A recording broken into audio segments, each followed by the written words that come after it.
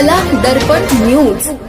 हुपरी नगर परिषदेच्या सर्वसाधारण सभेत विषय क्रमांक 8 अंतर्गत पाणी पुरवठा योजनेच्या वाढीव अंदाजपत्रकावर चर्चा करून निर्णय घेण्याचा विषय मांडण्यात आला असता प्रभाग क्रमांक 9च्या विद्यमान नगरसेविका सोनाली प्रशांत जाधव यांनी या प्रस्तावाला तीव्र विरोध दर्शवला।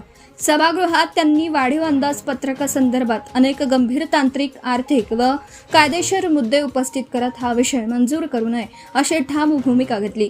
याच अनुषंगाने नगरसेविका जाधव यांनी माननीय जिल्हाधिकारी कोल्हापूर यांच्याकडे लेखी तक्रार सादर करून वाढीव अंदाजपत्रकास मंजुरी न देणं, या प्रकरणाची उच्चस्तरीय चौकशी करणं आणि दोषी अधिकारी व संबंधित अभियंत्यांवर वैयक्तिक जबाबदारी निश्चित करून कारवाई करण्याची मागणी केली आहे।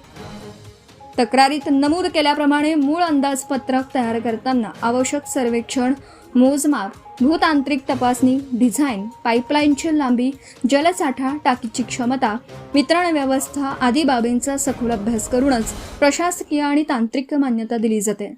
असं असताना आता मंजुरीनंतर 4 किलो ऐवजी 6 किलो क्षमतेच्या पाईपलाईनचा वापर, 30 मीटर ऐवजी 60 मीटर इंटर कनेक्शन पाईप तसेच उंच पाण्याच्या टाकीच्या उंचीत वाढ अशा मूलभूत स्वरूपाच्या बदलांचा प्रस्ताव आणला जात असल्याने मूळ अंदाजपत्रकातील गंभीर त्रुटी स्पष्ट होत असल्याचा आरोप करण्यात आला आहे।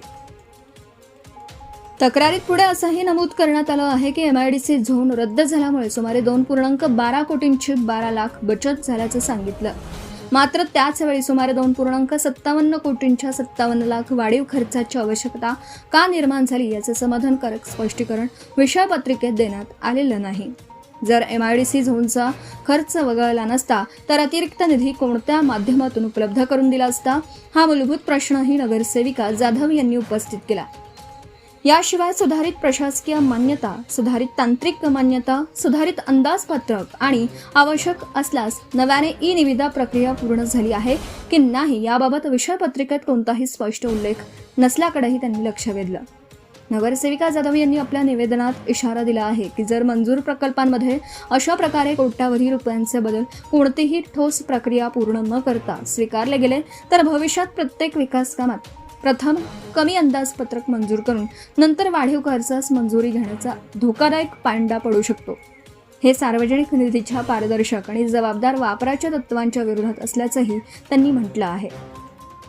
दरम्यान या तक्रारीमुळे हुपरी नगर परिषदेच्या 46 कोटी रुपयांच्या महत्त्वाकांक्षी पाणी पुरवठा योजनेच्या वाढीव अंदाजपत्रकांवर नवीन प्रश्नचिन्ह निर्माण झालं असून जिल्हाधिकारी कार्यालय आणि या प्रकरणाची कोणती भूमिका घेतात, यापुढील चौकशीचे आदेश देतात का, याकडे नागरिकांचं लक्ष लागले आहे।